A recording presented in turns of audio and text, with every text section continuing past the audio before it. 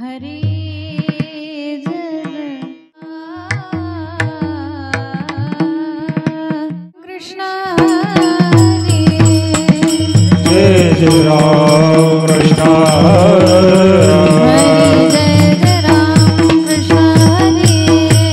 जय राम कृष्ण हरे जय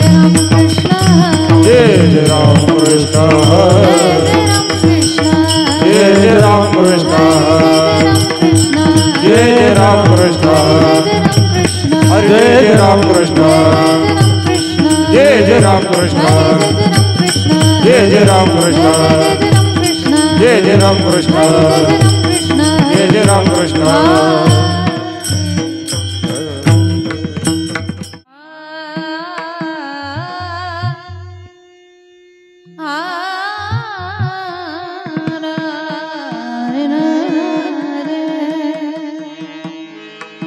रूप पाहता लोचनी रूप पाहता लोचनी रूप पाहता लोचनी लोचनी रूप पाहता लोचनी रूप पाहता लोचनी रूप पाहता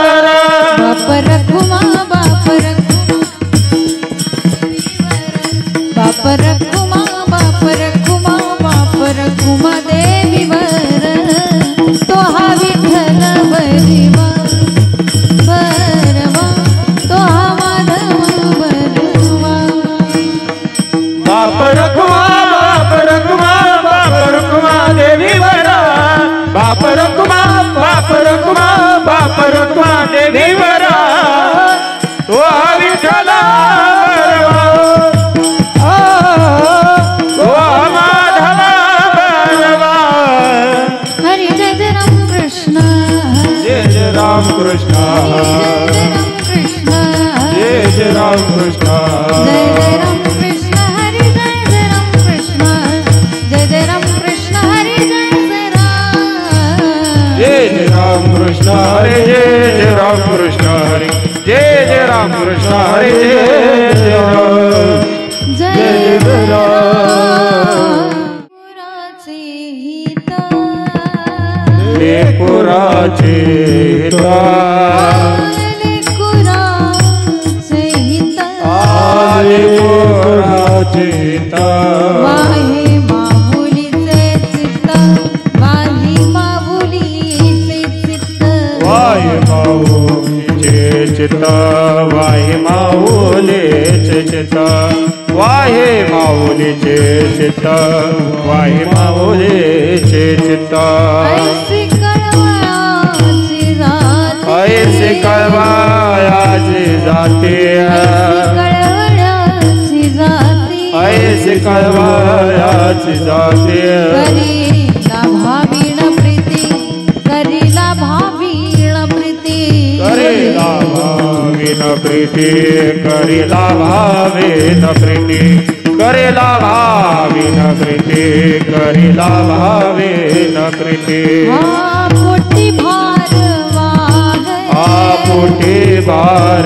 वाहे पोटी भार वाहे आपोटे बार वाहे त्याचे सर्वस्व ही जाहे त्याचे सर्वस्व ही जाहे त्याचे सर्व सोय साये त्याचे सर्व सोय साये त्याचे सर्व सोय साये त्याचे सर्व सोय साये ऐसी कळवळाची जाते ऐशी कळवायाची जाते ऐसी कळवळाची जाते ऐशी कळवायाची जाते करीला भावीण प्रीती करीला भावीण प्रीती करेला भावेन प्रीती करेला भावेन प्रीती करेला भावेन प्रीती करेला भावेन प्रीती तुका म्हणे माझे तुम्हा संतावरी मोसे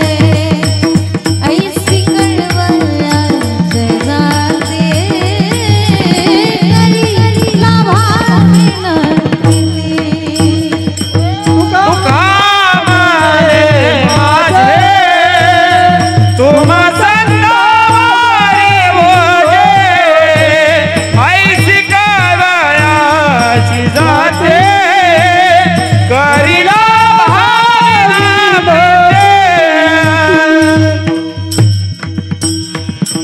विठोबा रखुमाई शोभार खुबाई रखुमाई शोभार खुबाई रखुमाई शोभार खुबाई रखुमाई शोभार खुबाई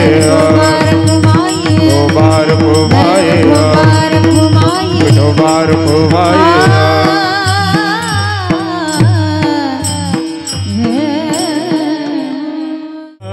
विठ्ठला विठ्ठला विठ्ठला विठ्ठला विठ्ठला विठ्ठला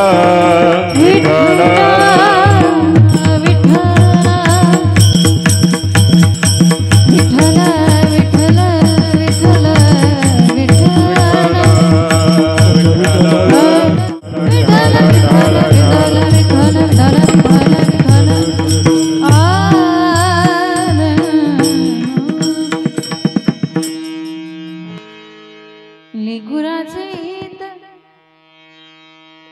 वाहे माऊलीचे चित्त ऐसी कळवळाची जाते करीला भावीण प्रीती पोटी भार वाहे त्याचे सर्वस्व ही साहे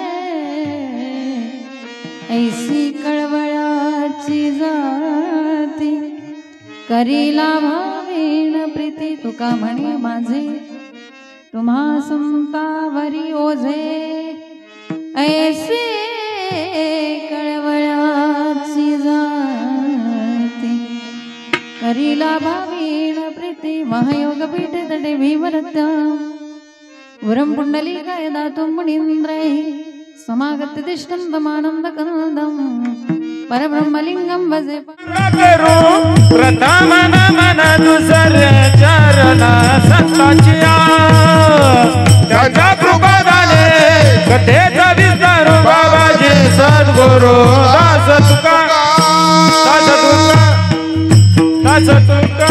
हॅलो पांडुरंगा गुरु प्रथम नमन दुसरे चरण संतांची त्यांच्या कृपादाने कथेचा विस्तार बाबाजी सद्गुरुदास तुका जयांच्या केली स्मरण होय सकल विद्याचे अधिकरण त्याची वंदो श्री चरण श्री गुरुचे ते नमस्कार आता ओम नमो ज्ञानेश्वरा करुणाकरा दयाळा तुमचा अनुग्रह लादलो पावन झालो चराचरी लेकुराचे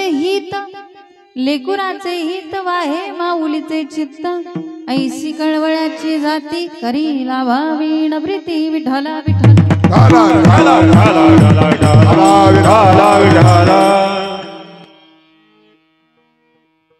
प्रस्तुत प्राप्त प्रसंगी प्राप्त स्थळी कीर्तन रूपी सेवेकरता घेतलेला अभंग वारकरी संप्रदायाच्या कलशस्थानी विराजमान असणारे जगद्गुरु जगद्वंदनी श्रीमंत श्री तुकोबाराय यांचा आणि संतत्वाला मातृत्वाची उपमा देणारा उत्कृष्ट असा 4 चरणाचा सर्वांच्या परिचित हा अभंग सेवेकरता निवडलेला अभंगावरती बोलण्यापूर्वी प्रत्येकाला विनंती असेल आपण थोडं पुढे सरवून बसा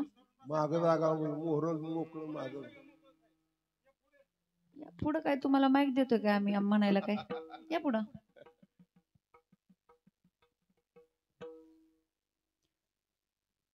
अभंगावरती बोलण्यापूर्वी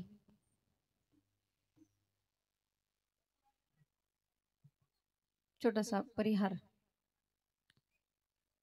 तोंडाचं काही काम नाही माता भगिनी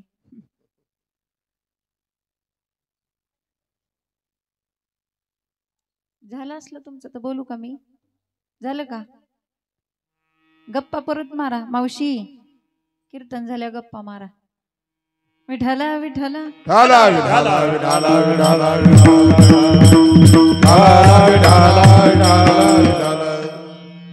अभंगावरती चिंतन मांडण्यापूर्वी अल्पसा परिहार तो असा आपण सर्वजण या ठिकाणी उपस्थित झालो याचं कारण सर्वांना ज्ञात आहे परंतु सांगणं माझं काम आज या ठिकाणी ज्यांचं द्वितीय पुण्यस्मरण आहे त्या मार्कड परिवारातील मातोश्री कैलासवासी मातोश्री गंगूबाई मारुती मार्कड या मातेच्या द्वितीय पुण्यस्मरणाच्या निमित्ताने आजची ही कीर्तन रूपी सेवा या परिवाराने या ठिकाणी आयोजित केली आणि या ठिकाणी सुंदर अशा पद्धतीने आपण या कार्यक्रमाचं आयोजन केलं या ठिकाणी ज्यांच्या माध्यमातून संपर्कातून ही सेवा मिळाली आमचे आदरणीय रुईचे पिसे महाराज असतील तसेच सर्व भजनी मंडळ रुईचे सर्वच पेटीवादक आमचे अली महाराज असतील सर्व सोनवणे महाराज असतील आमचे हरिभक्तपरायण कांबळे महाराज असतील सर्वच गवडे महाराज असतील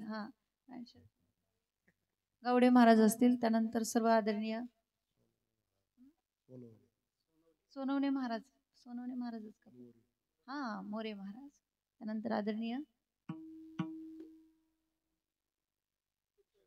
चितळकर महाराज मोरे महाराज बाबांचा माझा परिचय आहे पण मी कशाला नाव विचारते खूप दिवसापासून परिचय सर्वच महाराज मंडळ या ठिकाणचे सर्व भजनी मंडळ आणि सुंदर अशी पेटीवरती साथ आपल्या या ठिकाणी नेहमीच असते खूप सुंदर आमचे अली महाराज त्यानंतर विनेकरी बाबा मार्कड महाराज या ठिकाणी ज्यांची मृदंगाची साथ आहे तुम्हाला तर माहितीच आहे आमचे बंधू जीवन महाराज धायगुडे हाच कार्यक्रम नंतर तो तुम्हाला पाहायला मिळेल त्यांचं यूट्यूब चॅनल ते चालवतात माझ्याच नावाने या ठिकाणी सर्वच उपस्थित असणारे मातृपितृ वर्ग आणि सगळ्यात महत्त्वाचं की कसं राहतं कीर्तनकाराला माईक सिस्टीम चांगली लागते गायकाला कीर्तनकाराला वादकाला सगळ्यात महत्त्वाचं पहिल्यांदा ते असतं आणि त्यामुळे खूप सुंदर अशा पद्धतीने या ठिकाणी माईक सिस्टीम आहे काय नाव दराडे मंडप खूप सुंदर अशा पद्धतीने या ठिकाणी आपण ऑपरेटिंग करताय भुजबळ महाराज सुंदर सुंदर खूप सुंदर या ठिकाणी सर्वांचंच मी आभार मानते, सर्वांना वंदन करते आणि पुनश्च एकदा सर्वांना या ठिकाणी वंदन करून आपल्या कीर्तनाला सुरुवात. विठाला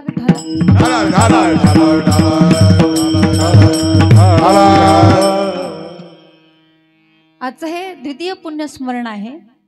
आई वडिलाबद्दल मनामध्ये कृतज्ञता असावी आणि खऱ्या अर्थाने या मुलांच्या अंतःकरणामध्ये तसं काहीतरी दिसून येतंय या द्वितीय पुण्यस्मरणाच्या निमित्ताने. कारण ज्या आईने आपल्याला चांगलं ज्ञान दिलं, लहानाचं मोठं केलं, संस्काराची शिदोरी दिली, चांगलं वळण लावलं, त्या आईचे उपकार आयुष्यात कुठल्याच मुलाला मुलीला फेडता येत नाहीत.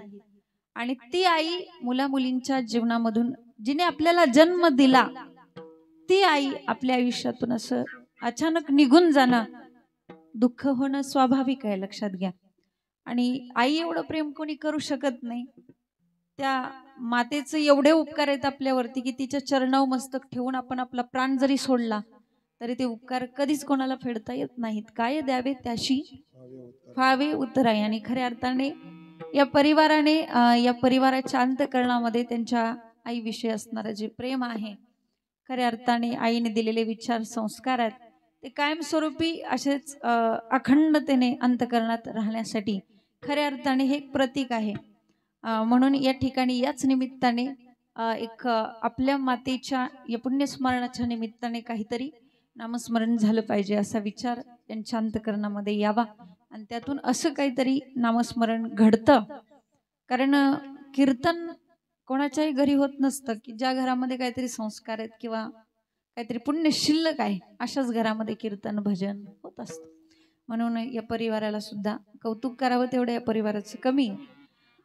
या ठिकाणी खऱ्या अर्थाने म्हणूनच एका आईचं पुण्यस्मरण असल्यामुळे आईच्याच विषय वर्णन करणारा हा अभंग या कीर्तन सेवेसाठी मी निवडलेला आहे.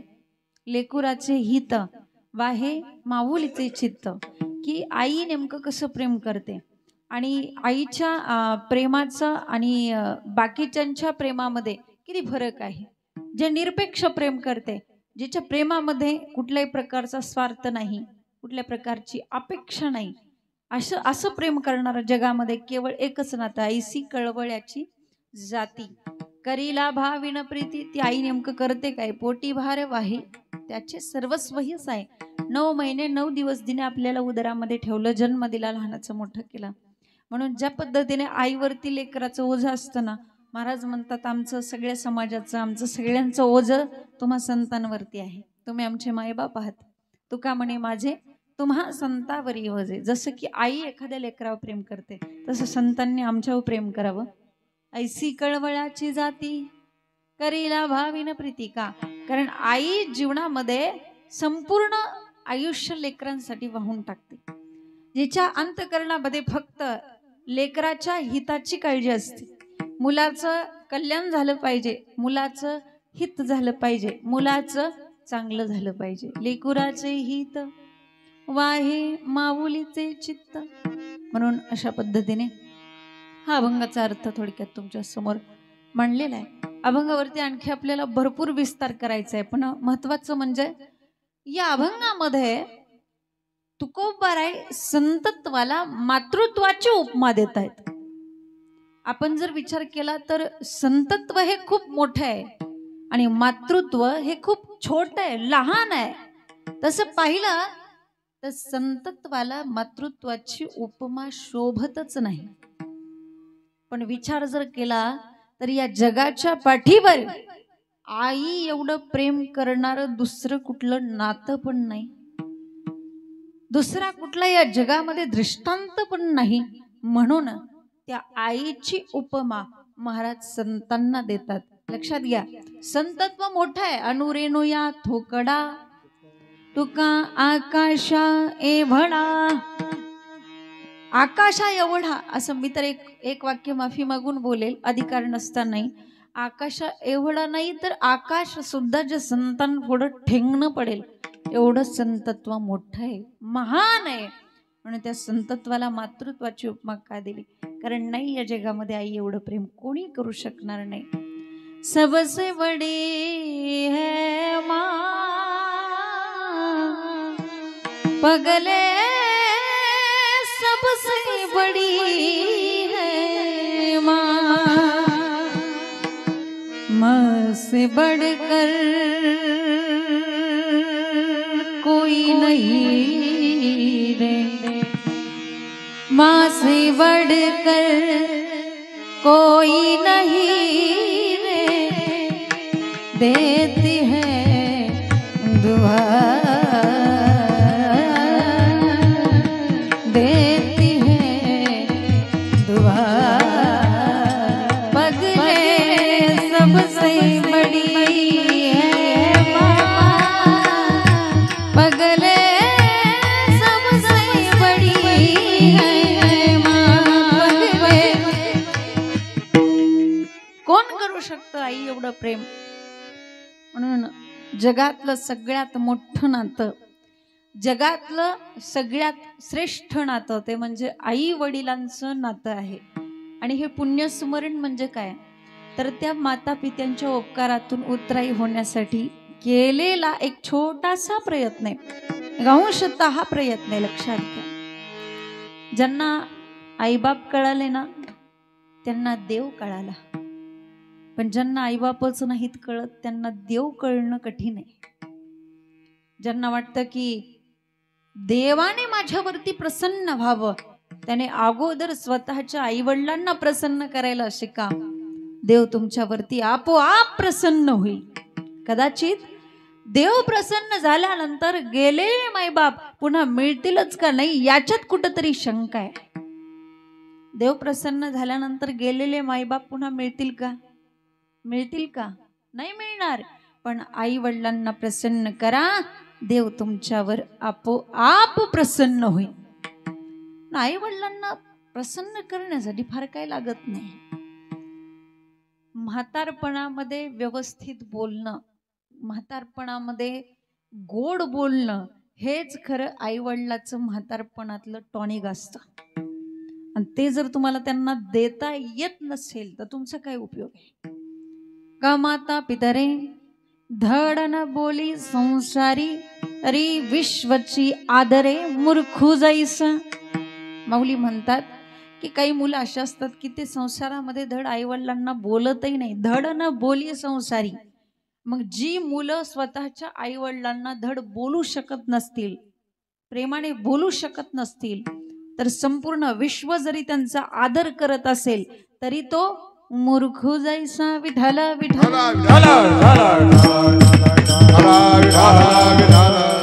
म्हणून म्हातारपणामध्ये फक्त त्यांना दोन आपुलकीचे प्रेमाचे शब्द, बाकी त्यांना काय लागतं? म्हातारपणामध्ये सन्मानाची वागणूक फक्त त्यांना दिली पाहिजे. मला असं वाटतं की जे मोठमोठे शिकून झाले, डॉक्टर, इंजिनियर, वकील, तेच आईवडिलांना म्हातारपणात नीट बोलत नाहीयेत. मी खरं सांगते तुम्हाला, म्हणजे पाहिलेलं आहे. मग आपण एवढं शिकलो तरी आपल्याला जर संस्कार नसतील तर शिक्षणाचा उपयोग काय? आईवडिलांना जिवंतपणी जपलं पाहिजे. मेल्यावरती रडून काही उपयोग नाही. एकदा का तुमचे मायबाप ह्या मातीआड निघून गेले ना, कितीही आई आई करा आणि कितीही बाबा बाबा करा, मातीआड गेलेले मायबाप तुम्हाला नंतर ह्या नजरेला पाहायला सुद्धा मिळणार नाहीत. ते पाहायला मिळतील ते फक्त फोटोमध्ये. म्हणून जिवंतपणी त्यांना जपणं खूप महत्वाचं. काही जण माझ्याजवळ येतात, मला म्हणतात ताई आम्ही एकदा तरी आमच्या आईच्या किंवा आमच्या वडिलांच्या गळ्यात पडून त्यांना सांगायला पाहिजे होतं की आमचं त्यांच्यावरती किती प्रेम आहे. अहो मग का नाही सांगितलं? अहो मला काय माहिती, इतक्या लवकर जातील, इतक्या लवकर त्यांचा मृत्यू होईल. म्हणून जिवंतपणीच त्यांना जपलं पाहिजे. मेल्यावरती रडतो कशाला, उगीच ताल नको देऊ घशाला, नको देखावा दाव जगाला, नाही खर्चला कधी रुपया दुधाला. मी तुझ्यासाठी प्राण सोडिले रे बाळा, तुने नाही पाणी पाजिले. मी तुझ्यासाठी जीवन जाळिले रे बाळा, तुने नाही पाणी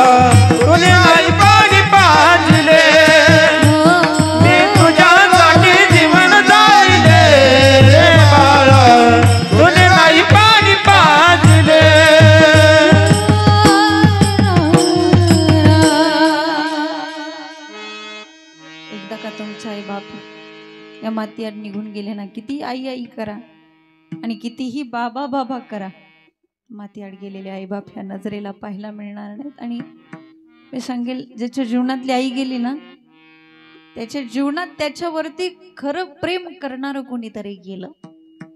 त्याच्या जीवनात त्याच्यावरती निस्वार्थ प्रेम करणारं कोणीतरी गेलं. जगामध्ये अनेक नाती आहेत, भरपूर नाती आहेत. पत्नी आहे, बहीण आहे, मैत्रीण आहे. असं म्हणतात ना, तुम्ही ऐकून असाल की जी डोळे उघडे ठेवून प्रेम करते तिला मैत्रीण असं म्हणतात.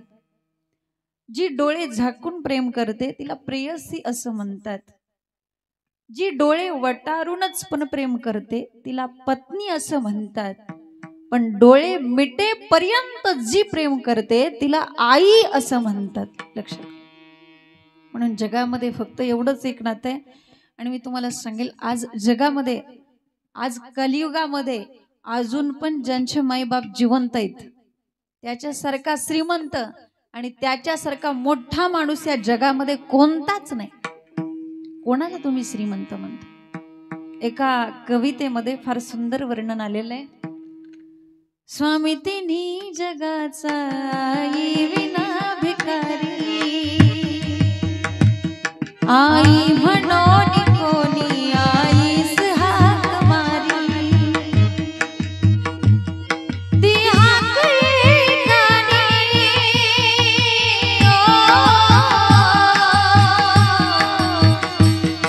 ती हाक ऐकानी मज होई शोककारी. स्वामी तिन्ही जगाचा आई विना भिकारी, स्वामी तिन्ही जगाचा आई विना स्वामी तिन्ही जगाचा आई विना भिकारी कविता आहे. म्हणून जगात एक मोठं नातं आहे. कोण प्रेम करू शकेल आई एवढं? म्हणून लेकुराचे हित महाराज म्हणतात. कोण आई एवढा विचार करू शकेल आपला? परंतु अलीकडे आई बाबावरती प्रेम न करता लोकांचं प्रेम कशावरती? आईवडिलावरती प्रेम न करता लोकांचं प्रेम पैशावरती आहे. काय पैसा असेल, पैशा पुढे लोकांना आईबाप सुद्धा दिसत नाही. सत्तेसाठी वाटेल ते करतात, संपत्तीसाठी वाटेल ते करतात, सौंदर्यासाठी वाटेल ते. अशा पद्धतीने लोक आईवडिलावरती प्रेम न करता संपत्तीवरती प्रेम करतात. छोटासा प्रसंग तुमच्या समोर मांडेल. असंच आपल्या गावासारखं एक सुंदर असं गाव होतं आणि त्या गावामध्ये एक सर्वसामान्य असं एक शेतकरी कुटुंब राहत होतं. त्यांना एक लहान 10-12 वर्षाची मुलगी होती.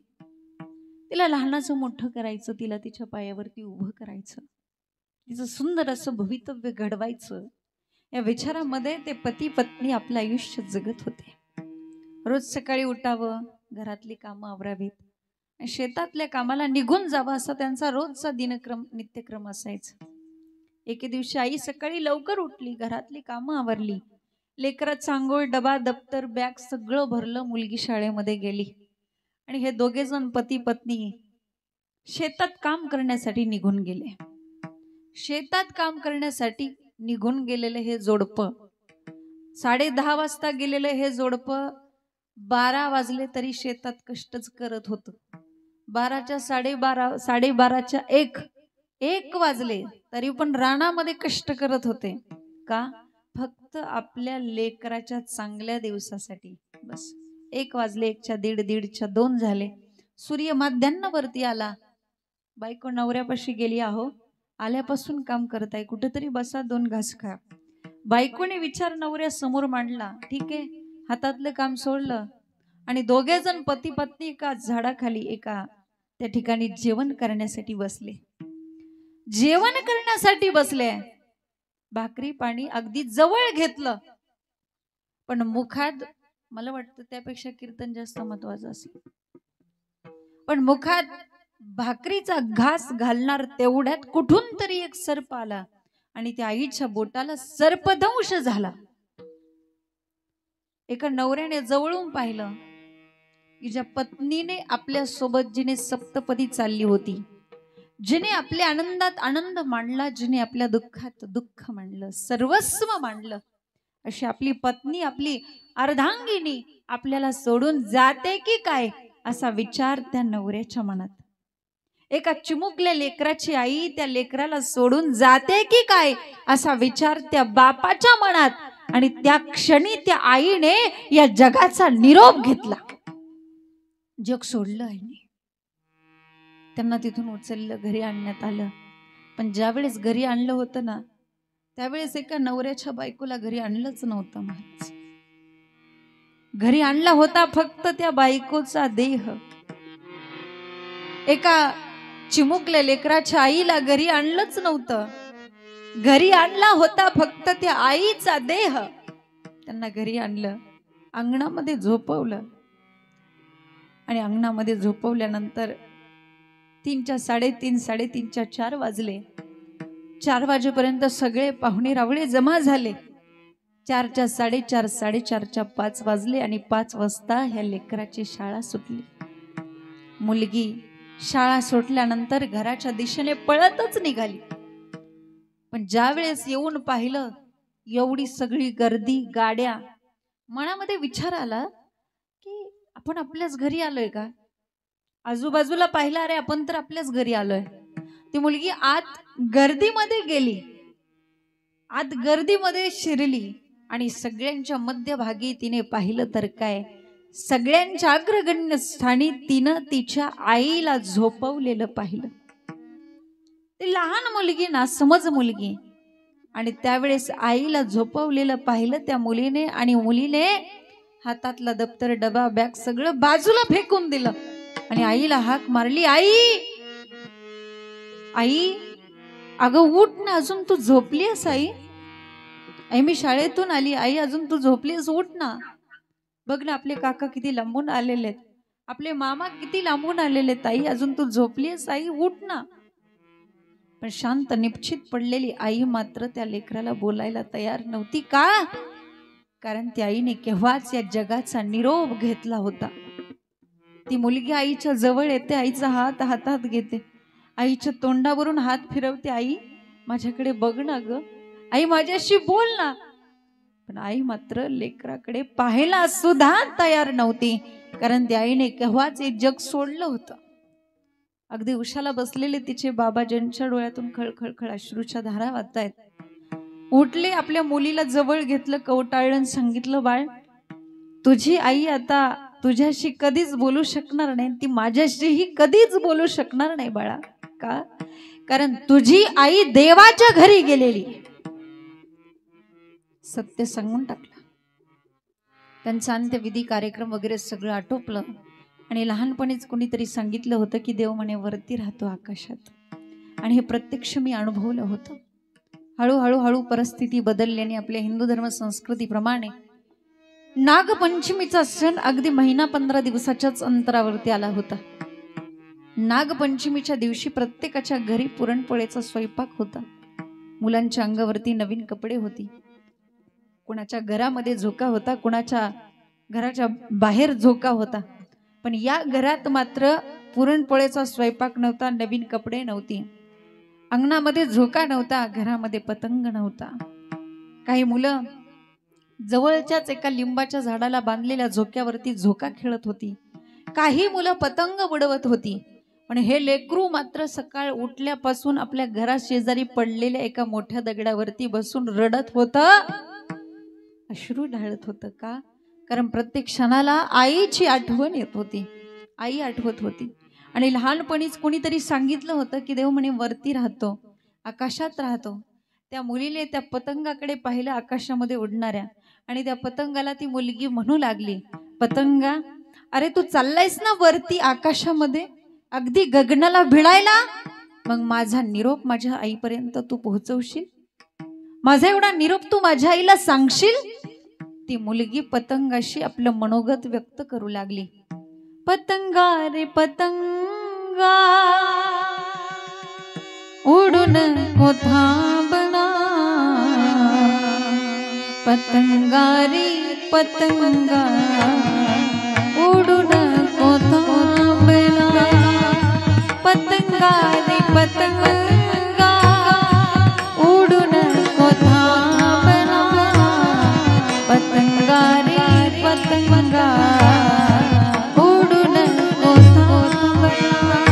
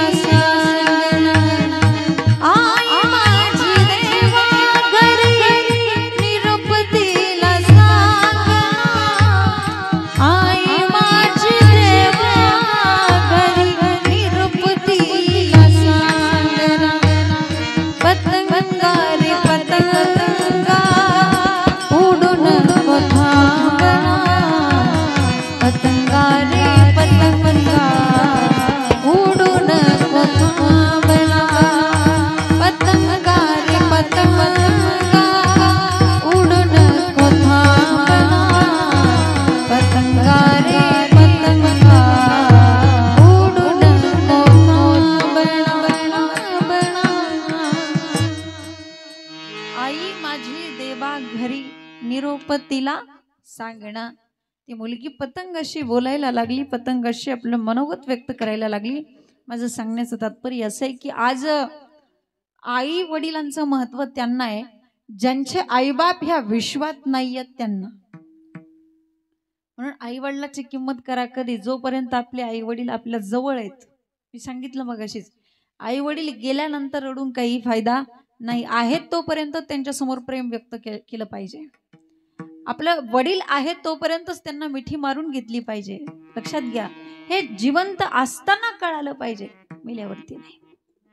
म्हणून खऱ्या अर्थाने आपल्या लेकराचं हित ज्याला माहिती आहे ते आई वडील असतात. हो, या जगामध्ये ऐकलं पाहिजे ते फक्त संतांचं किंवा आई वडिलांच, कारण त्याची माझे हित करीती सकळ. आपलं हित जेवढं त्यांना माहिती आहे तेवढं इतर कोणालाच माहित नाही. लक्षात घ्या, समाजामध्ये अनेक प्रकारचे लोक आहेत.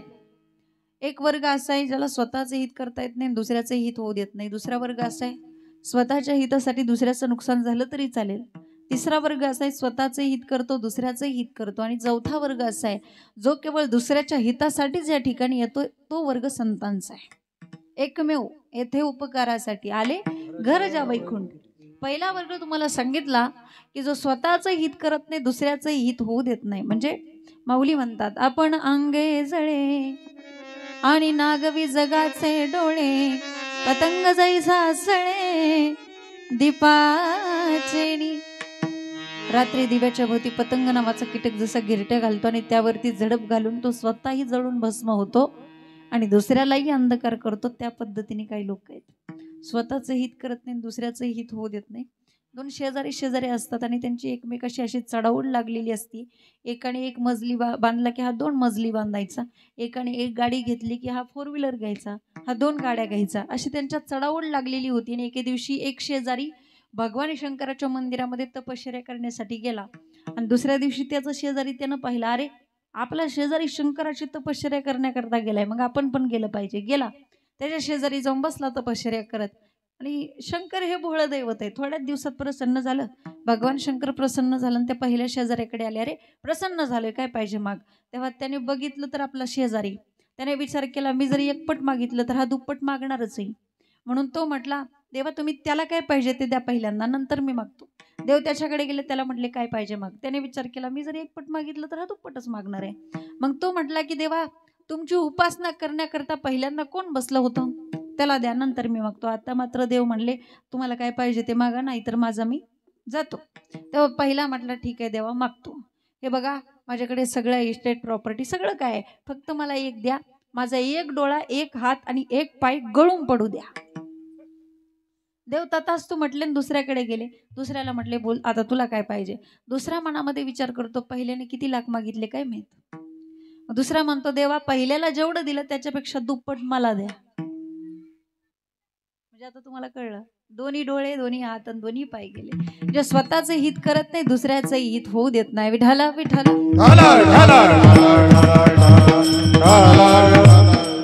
दुसरा वर्ग मी तुमच्या समोर मांडला, स्वतःच्या हितासाठी दुसऱ्याचं नुकसान झाले तरी चालेल अशी पण काही लोक आहेत. माऊलींची ओवी त्यासाठी, तैसे म्हणे वाचा काय भलतया दुःख देत जाये, स्वार्थ साधिता न पाहे पराची. स्वतःच्या स्वार्थासाठी दुसऱ्याचं नुकसान झालं तरी चालेल अशी काही लोक आहेत. म्हणजे तुझी दाढी जळाली तरी चालेल पण माझी बिडी पेटू दे, अशी लोक आहेत. बरोबर. तिसरा वर्ग असा आहे स्वतःचे हित करतो आणि दुसऱ्याचे हित करतो. गंगा जशी प्रवाह रूपाने वाहत असते त्यावेळेस तिच्यामध्ये अनेक लोक स्नान करतात, पवित्र होतात. स्वार्थ फक्त एकच आहे की समुद्राला जाऊन मिळायचे. सूर्य उगवताना मावळतो हा स्वार्थ आहे, परंतु संपूर्ण त्रिभुवनाला तो प्रकाश देतो हा परार्थ आहे, दुसऱ्याचा फायदा आहे.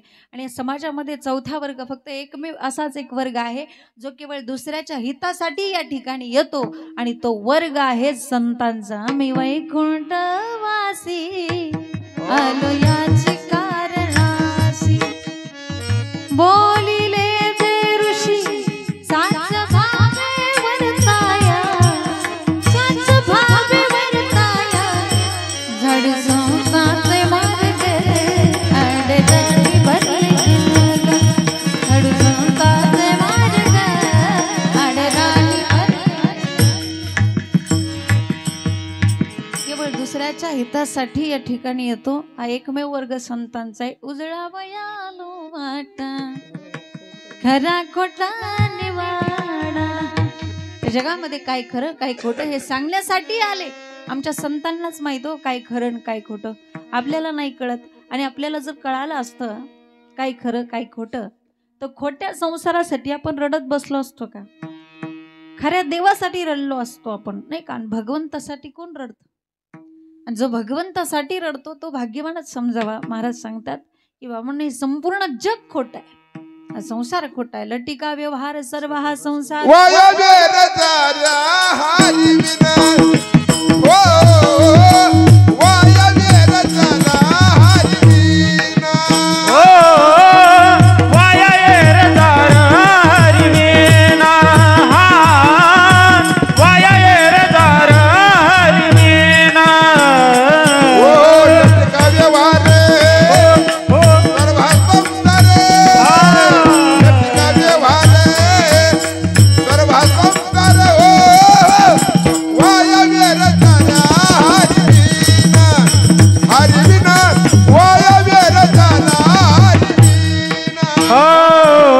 लटिका व्यवहार सर्व हा संसार.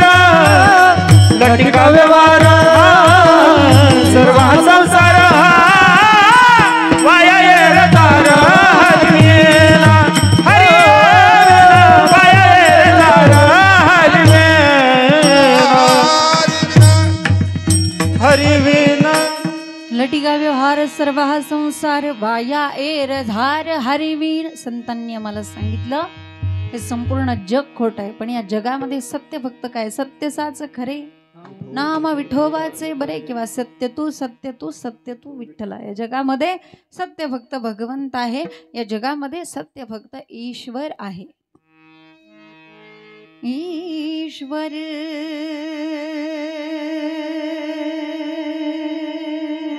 सत्य है, सत्य ही शिव है, शिव ही सुंदर है. जागो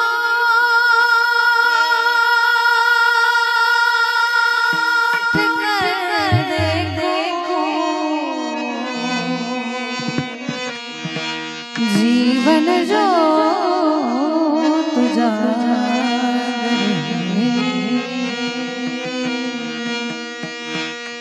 सत्यम शिवम सुंदरम. सत्यम शिवम सुंदरम. ईश्वर सत्य है, सत्य ही शिव है, शिव ही सुंदर है. सत्यम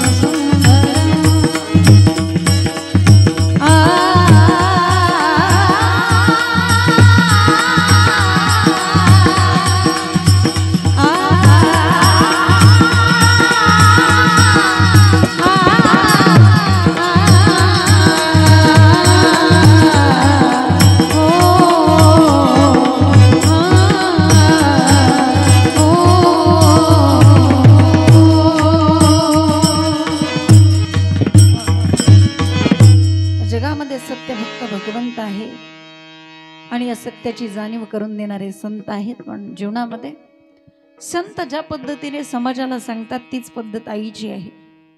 संत ज्या पद्धतीने समाजाला सांगतात, कारण संतांचं अंतकरण आणि आईचं अंतकरण हे एकच आहे बरं का. संत जसं की समाजाला पहिल्यांदा गोड शब्दामध्ये सांगतात की बाबांनो आता तरी पुढे हाची उपदेश नका करू नास आयुष्याचा, नका करू नास आयुष्याचा, नका करू नाश आयुष्याचा, नका करू नाश आयुष्याचा. आता तरी पुढे हाती उपदेश, हो आता तरी पुढे हाती उपदेश,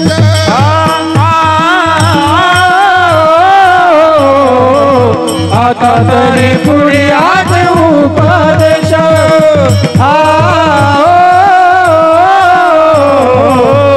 आता तरी पुढे आज उपदेश. नका करू नास आयुष्याचा, नका करू नास आयुष्याचा, हो नका करू नाश आयुष्याचा, नका करू नाश आयुष्याचा. हो सकळांच्या पाय माझ्या दंडवत, हो सकळांच्या पाय माझ्या दंडवत, सगळ्याचे पायी माझ्या दंडवत, हो सगळ्याच्या पाया माझ्या दंडवत, दंडवत. पहिल्यांदा गोड शब्दामध्ये सांगतात बाबांनो आता तरी पुढे हाची उपदेश नका करू नाश आयुष्याचा, हित ते करावे देवाचे चिंतन करून या मन शुद्ध भावे. किंवा एकविध पहिल्यांदा गोड शब्दामध्ये सांगतात, पण गोड शब्दामध्ये सांगितलं लोकांनी ऐकलं नाही, म्हणून संतांनी शिव्या देऊन पण सांगितलं. किती सांगू तरी नैकती बटकीचे पुढे सिंधळीचे रडतील. पण शिव्या दिल्या तरी ही लोक ऐकायला तयार नाही. मग मात्र संत म्हणतात बाबांना आता तुमच्या पाया पडतो, लागून या पाया विनवितो तुम्हाला, करे टाळी बोला मुखी नाम. तुमच्या पाया पडतो पण ऐका. हीच पद्धत आईची बरं का. आई काय करते, पहिल्यांदा आपल्या लेकराला असं जवळ घेते आणि त्याला गोड शब्दामध्ये सांगते, बाळा अरे अभ्यास कर. ते शेजारचं पोरगं बघ बरं 80-90 हजार पगार आहे, त्याला मोठ्या गाडीमध्ये फिरतं, तू पण अभ्यास कर मोठा हो. पण ते पोरगं ऐकत नाही. मग मात्र आई काय करते, दांडकं काढते. काय करते, काठी काढते, काठी. पण तरी ते कार्ट इतकं विचित्र असतं, मारलं तरी ऐकत नाही हो, मारलं तरी ऐकत नाही. मग मात्र आई म्हणते, बाळा आता मी तुझ्या पाया पडते रे, पण अभ्यास कर. आणि म्हणून या जगामध्ये आई वडिलां इतकं आपलं हित कोणीच ओळखू शकत नाही. आणि ती तळमळ फक्त आई वडिलाकडेच असते, त्या आईकडेच असते.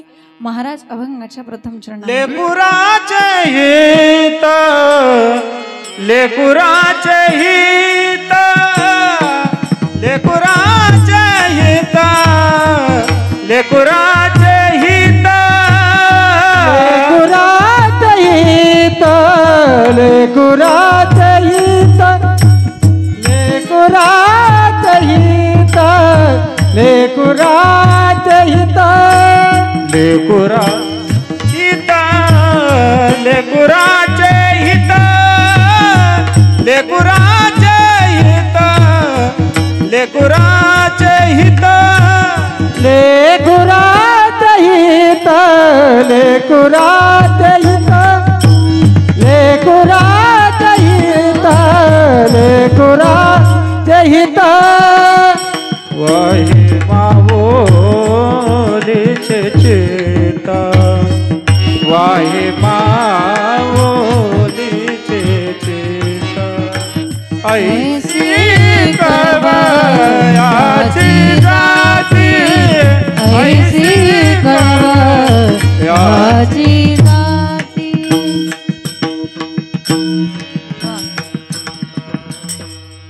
लेकुरा लेकराचे हित वाहे माऊलीचे चित्त. जी आपल्या लेकराचं हित वाहते, जिच्या चित्तामध्ये आपल्या लेकराचा हिताचा विचार असतो. मातेची या चित्ती, मातेची या चित्ती, मातेची या चित्ती, चित्ती, मातेची या चित्ती, चित्ती, मातेची या चित्ते, मातेची या चित्ते, मातेची या चित्ते, मातेची या चित्ते. मातेची या चित्ती अवघी बालकाची व्याप्ती, बालकाची व्याप्ती अवघी बालकाची व्याप्ती. मातेची या चित्ती अवघे बालकाची व्याप्ती, अवघे बालकाची व्याप्ती, अवघे बालकाची व्याप्ती. देह विसरे आपुला, देह विसरे आपुला, देह विसरे आपुला, जवळ घेतायची न गेला, गेला. देह विसरे आपुला, आपुला देह विसरे आपुला, देह विसरे आपुला, देह न गेला, शिन गेला. मातेची या चित्ती अवघी बाळकाची व्याप्ती. उदंड प्रेम करते ती आपल्या मुलावरती, व्यापक व्यापक प्रेम करते. आणि ती तिच्या जीवनामध्ये कोणतंही दुःख सहन करेल.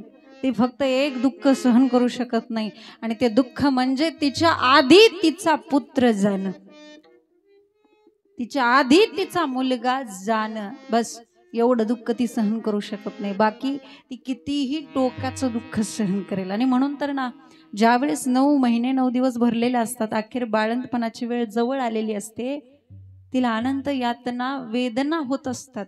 आणि तिला दवाखान्यामध्ये नेलं जातं.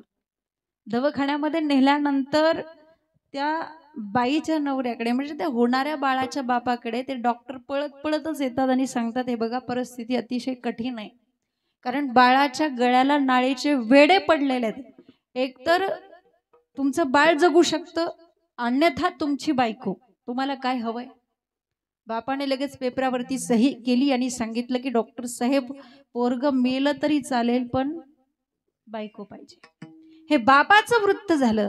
पण ज्या वेळेस ते डॉक्टर पळत पळतच त्या होणाऱ्या बाळाच्या आईकडे येतात, आणि जिला अनंत यातना वेदना होत असतात, आणि त्या आईला ते डॉक्टर विचारतात, हे बघा परिस्थिती कठीण आहे, एकतर तुम्ही जगू शकता, अन्यथा तुमचं बाळ, तुम्हाला काय हवंय?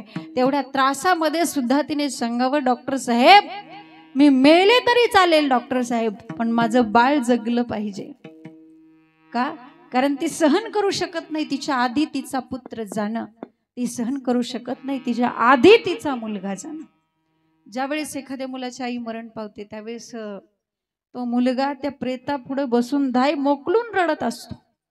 बाकीच्या शेजारच्या बायका येतात, त्या मुलाची समजूत घालतात, बाळा अरे रडू नकोस, राजा अरे रडू नकोस, अरे आम्ही पण तुझ्या आई सारख्याच आहोत ना.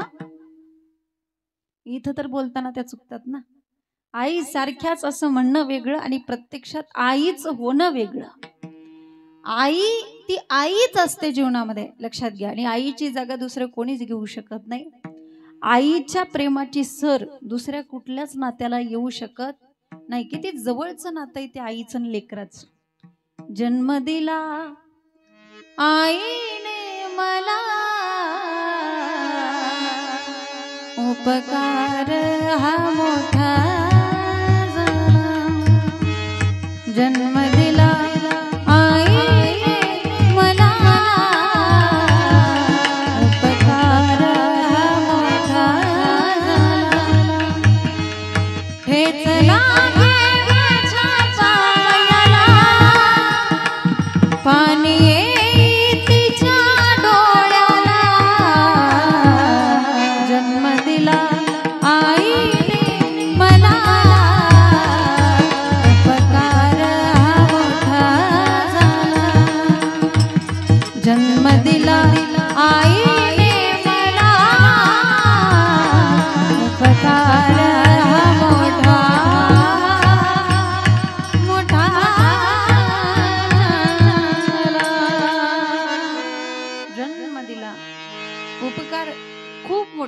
म्हणून आईची जागा दुसरं कोणतंच नातं घेऊ शकत नाही.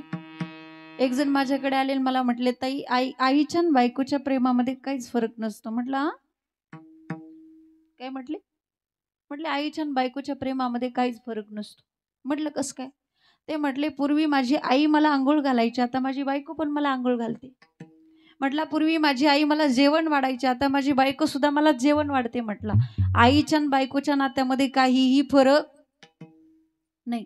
त्यावेळेस मी त्यांना म्हटलं की ज्यावेळेस तुम्ही लहान होता, लहान असताना तुमच्या आईने तुमची टाळू भरली आणि तुमच्या डोक्यावरती केस आले, पण ज्यावेळेस तुमच्या बायकोने तुमच्या टाळूवरून हात फिरवला त्यावेळेस आलेली केस गेली. वाटल्यास चेक करून बघा. मला सांगायचंय काय, आईची जागा दुसरं कोणतंच नातं घेऊ शकत नाही. असं फक्त निस्वार्थ आणि निरपेक्ष, जिच्या प्रेमामध्ये कोणत्याच प्रकारचा लोभ नाही, असं फक्त एकच नातं आहे. महाराज अभंगाच्या दुसऱ्या चरणात कळवळ्याची जाती जाती, आईची कळवळ्याची जाती, ऐसी कळवळ्याची जाती जाती, ऐसी कळवळ्याची जाती, करीला विन प्रीती, करीला विन प्रीती, आईचे कळवळ्याची जाती, आईचे कळवळ्याची जाती, करीला विना प्रीती, करीला विना प्रीती, ऐसी कळवळ्याची जाती, ऐसी कळवळ्याची जाती, आईचे कळवळ्याची जाती, करीला विन प्रीती, करीला विन प्रीती, करीला विन ऐसी कळवळ्याची जाती, करीला विना प्रीती, करीला विना प्रीती, करीला विना प्रीती, प्रीती, ऐसी कळवळ्याची जाती, करीला भावीन प्रीती. जिंच्या प्रेमामध्ये कुठल्याच प्रकारचा लोभ नाही, कुठल्याच प्रकारचा स्वार्थ नाही, अपेक्षा नाही, असं केवळ एकच नातं आहे, ते म्हणजे आईवडिलाचं नाते. आईशी कळवळ्याची जाती, करी लाभाविनं, लोभ नाही, अपेक्षा नाही. अपेक्षा फक्त एकच आहे की आपल्या मुलाने खूप मोठं व्हावं, उच्च पदाला जावं, अधिकारी बनावं, बस एवढीच अपेक्षा असते, बाकी कुठली अपेक्षा नसते. आणि म्हणून आई झाल्याशिवाय आईचं अंतकरण कळत नाही, त्यासाठी आईच व्हावं लागतं. नाही कळत, आई झाल्याशिवाय आईचं अंतकरण नाही कळत. ज्यावेळेस महाभारतातला एक प्रसंग मी तुम्हाला सांगेल. अभिमन्यूचं प्रेत त्या रणांगणावरती पडलेलं आहे. सुभद्रेने पाहिलं, पळतच गेली, धरलं त्याला, मांडीवरती घेतलं, आपल्या साडीच्या पदराने त्याचा चेहरा पुसते, त्याच्या शरीरामध्ये रुतलेली ती दगड काढतीये, रडतीये, आणि रडत असताना ती आपल्या मुलाचं गुणगान गातीये. माझ्या अभिमन्यू सारखा मुलगाच नाही, मला आता माझा अभिमन्यू या डोळ्यांनी पाहायला मिळणार नाही. अर्जुनाला म्हणते, हो बघा ना आपलं बाळ, आपल्या बाळाला वीर मरण आलं, मला माझं बाळ पाहिजे. रडती, वेड्यासारखी रडती. आणि त्या क्षणी भगवान परमात्मा त्या ठिकाणी येतात, भगवान श्रीकृष्ण. अशा वेळेला त्याला यावंच लागतं, निर्वाणी गोविंद असे मागे पुढे काहीच साकडे पडू नये दे. आणि भगवान श्रीकृष्ण आल्यानंतर सुभद्रा ही भगवान श्रीकृष्णाची सख्खी बहीण आहे, आणि भगवान श्रीकृष्ण सुभद्रेचे सख्खे भाऊ आहेत. भावाकडे पाहिलं ना आणखी रडू फुटलं. कृष्ण, मला माझा अभिमन्यू पाहिजे, मला माझा अभिमन्यू हवाय, मला माझा अभिमन्यू दे ना कृष्णा, कुठे माझा अभिमन्यू? वेड्यासारखी रडती. त्यावेळेस भगवान श्रीकृष्ण सुभद्रा मातेची समजूत घालतायत. अगं सुभद्रे, रडू नकोस, अगं तुझ्या डोळ्यामध्ये पाणी शोभा देत नाही सुभद्रे, डोळ्यातलं पाणी पुस. तुला माहितीये का तू कोण आहे? माहितीये तुला कोण आहे? सुभद्रेने विचारलं, देवा कोण आहे? तेव्हा भगवान श्रीकृष्णाने सांगायला सुरुवात केली, अगं पंडू राजासारख्या महान पराक्रमी राजाची तू सून आहेस. म्हटली, बर. अगं एवढंच नाही सुभद्रे, हस्तिनापुराची होणारी तू राणी आहेस. म्हटली बर. अगं एवढंच नाही, अर्जुनासारख्या धनुर्धराची तू पत्नी आहेस.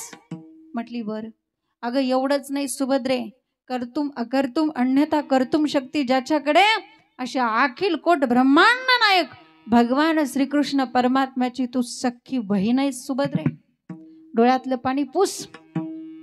हे सगळं ऐकलं सुभद्रा मातेला जरा थोडंसं हसू आलं, पण पुन्हा प्रेताकडे पाहिलं, रडू फुटलं आणि सुभद्रा माता म्हणायला लागली, देवा कृष्णा तुला काय वाटतं रे ना, त्यांची मला ओळख नाही असं वाटतं का तुला? नाती माहित नाहीत मला असं वाटतं का तुला? अरे नाती पाठ आहेत माझी, पाठ आहेत माझी नाती. पण आता या क्षणी ऐक कृष्णा, आता या क्षणी मी पंडू राजासारख्या महान पराक्रमी राजाची सून म्हणून नाही रडत देवा. आता या क्षणी मी हस्तिनापुराची होणारी राणी म्हणून नाही रडत देवा. आता या क्षणी मी अर्जुनासारख्या धनुर्धराची पत्नी म्हणून नाही रडत देवा. आता या क्षणी मी अखिल कोट ब्रह्मांड नायक भगवान श्रीकृष्ण परमात्म्याची सख्खी बहीण म्हणून नाही रडत देवा. आता या क्षणी मी अभिमन्यूची आई म्हणून रडतीये देवा. कोण म्हणून रडतीये? अभिमन्यूची माय म्हणून रडतीये. अरे या जन्मात तुला नाही कळायचं रे आईचं प्रेम काय असतं. ज्या वेळेस तुला एखाद्या जन्मामध्ये तुझ्या आईपासून दूर जाण्याची वेळ येईल ना, त्यावेळेस तुला कळेल की आईचं आणि लेकराचं नातं काय असतं.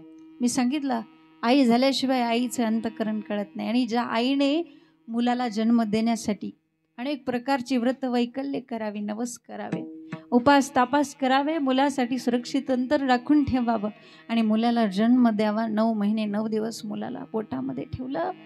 ज्यावेळेस आपण प्रत्येकजण आईच्या गर्भामध्ये असतो ना, आईने खाल्लेला प्रत्येक घासातला घास ते गर्भातलं मूल खातं. आईने घेतलेला प्रत्येक श्वासातला श्वास ते गर्भातलं मूल घेतं. 9 महिने 9 दिवसांनी नाळ तुटतो, बाळ जन्माला येतं.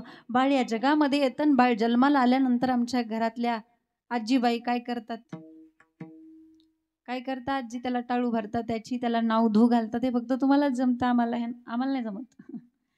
ते त्याची नावधू घातल्यानंतर त्याला एका कोरड्या बाळुत्यामध्ये गुंडाळलं जातं. मी तर कधी कधी विचार करते, जर ह्या आजी नाहीच राहिल्या तर बाळुती कुठून आणायची? मेडिकलमध्ये आणावी लागतील. मेडिकलमध्ये पण भेटायची नाही, ते तयार करावे लागतील. भेटायला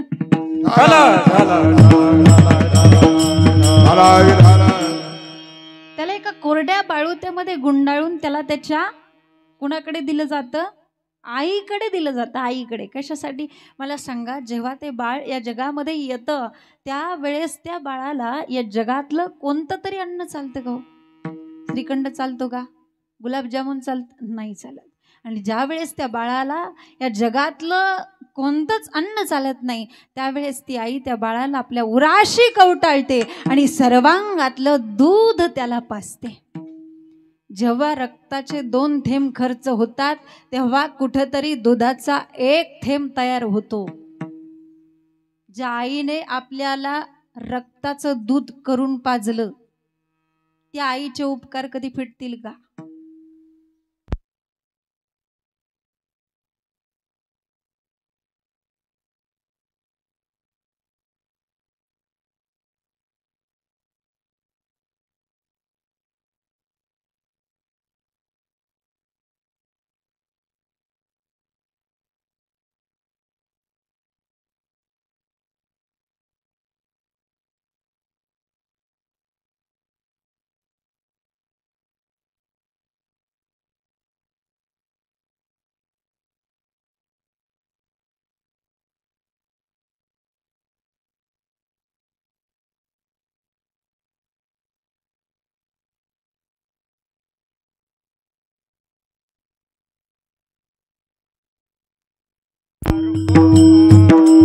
ढोबार कुमाये जय ढोबार कुमाये जय ढोबार कुमाये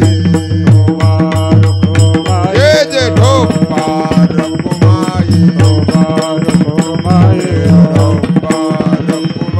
ढोबार कुमाये ढोबार कुमाये ढोबार कुमाये ढोबार कुमाये जय ढोबार कुमाये ढोबार कुमाये ढोबार कुमाये ढोबार मुबारक हो माय, मुबारक हो माय, मुबारक हो माय, मुबारक हो माय, मुबारक हो माय, मुबारक हो माय, मुबारक हो माय, मुबारक हो माय.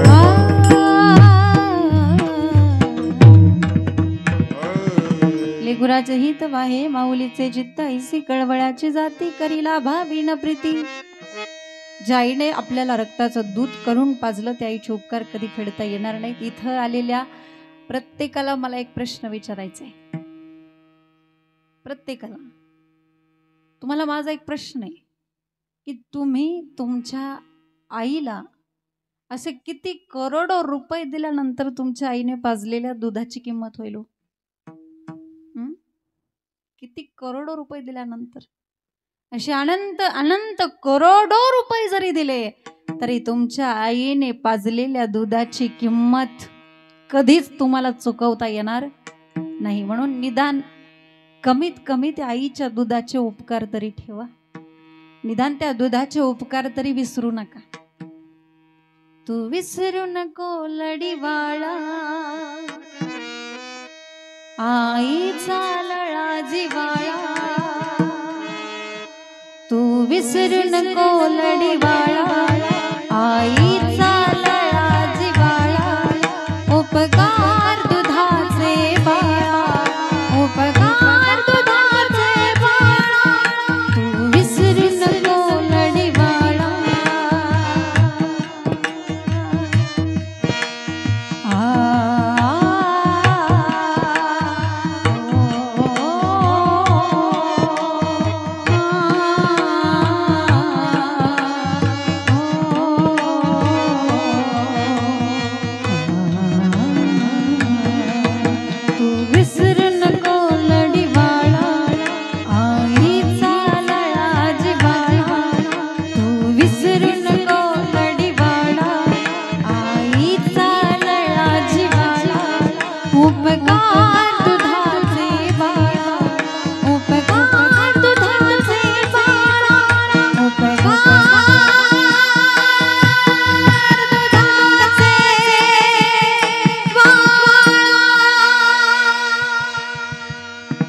दुधाचे उपकार कधीच जीवनामध्ये फेडता येत नाही. काय उपकार आहेत त्या आईचे. 9 महिने 9 दिवस पोटामध्ये घेऊन आपला ओझा वागवते. ही फक्त आई करू शकते. जगात कोणतंच नातं नाही करू शकत. आपल्याला एक दिवस जर पोटाला दगड बांधून ठेवला तर एक दिवस तरी दम निघेल का? दगड बांधून ठेवल्यानंतर पुरुष मंडळी असं वाटेल कधी तो दगड साईडला काढून ठेवतो कधी आराम करतो. पण जी आई 2-2.5 किलोचा बोजा आपल्या पोटामध्ये घेते आणि 9 महिने 9 दिवस त्याचं ओझं वागवते. जसं लेकराचं ओझं आईवरती. लक्षात घ्या, मुलाला जन्म दिला तरी सुद्धा जिच्या अंतकरणामध्ये जी शेवटच्या श्वासापर्यंत आपल्या लेकराचाच विचार करते. मुलगा स्वतःच्या पायावरती उभा राहीपर्यंत काळजी करते, चिंता करते. म्हणून सर्वस्व ती मुलाला अर्पण करत असते. त्याचे सर्वस्वही साहे पोटी भार वाहे. म्हणून पोटामध्ये भार वाहते.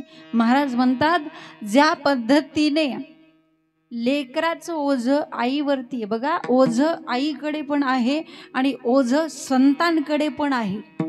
ओझं दोघाकडे पण आहे. फक्त एकीकडे लेकराचं ओझ आहे आणि एकीकडे समाजाचं ओझ आहे. पण समाजाचं ओझं वागवणारे जे संत आहेत त्या संत महात्म्यांना तुकोबाराय प्रार्थना करतात की हे संत महात्मे जे आहेत त्यांना तुकोबाराय सांगतात की बाबा ज्या पद्धतीने आईकडे लेकराचं ओझं असावं त्या पद्धतीने आमचं ओझं तुम्हा संतांवरती आहे. अभंगाच्या शेवटच्या तुका म्हणे माझे, तुका म्हणे माझे, तुका म्हणे माझे, तुका म्हणे माझे, माझे तुका म्हणे माझे, तुका म्हणे माझे, माझे तुका म्हणे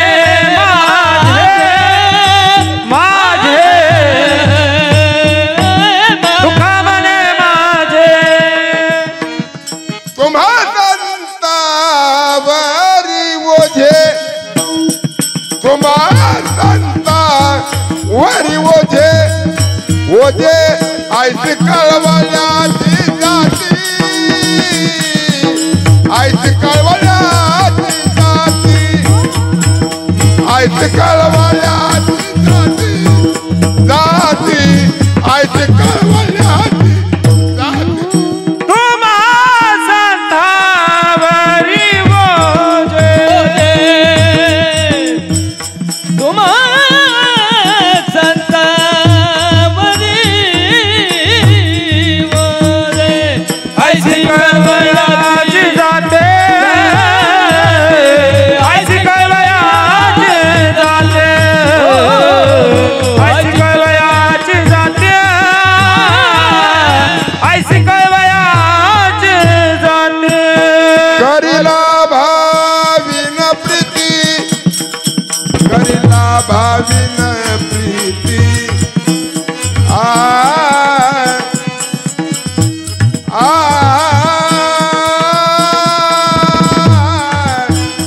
करीला भाविन प्रीती प्रीती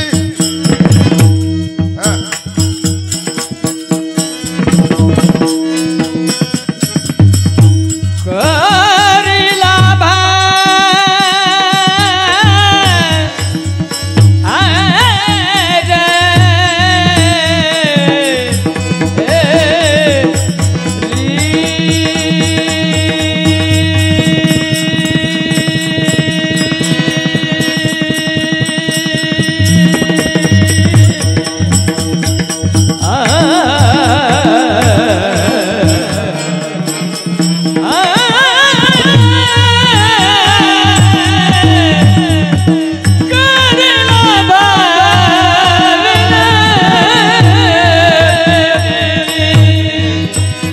करीला भाविना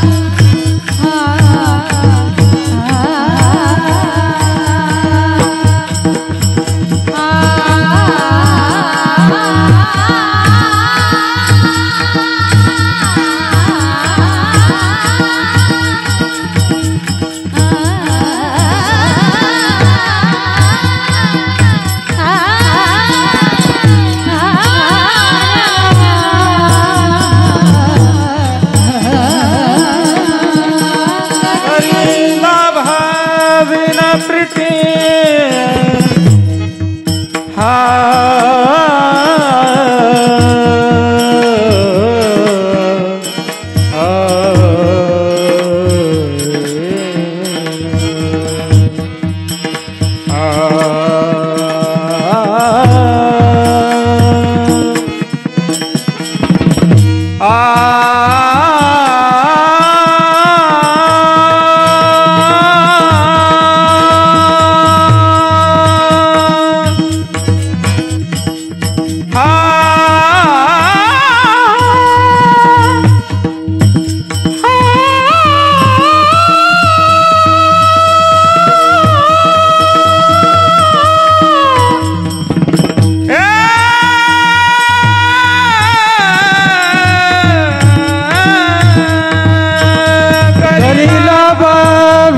प्रीती भाविन प्रीती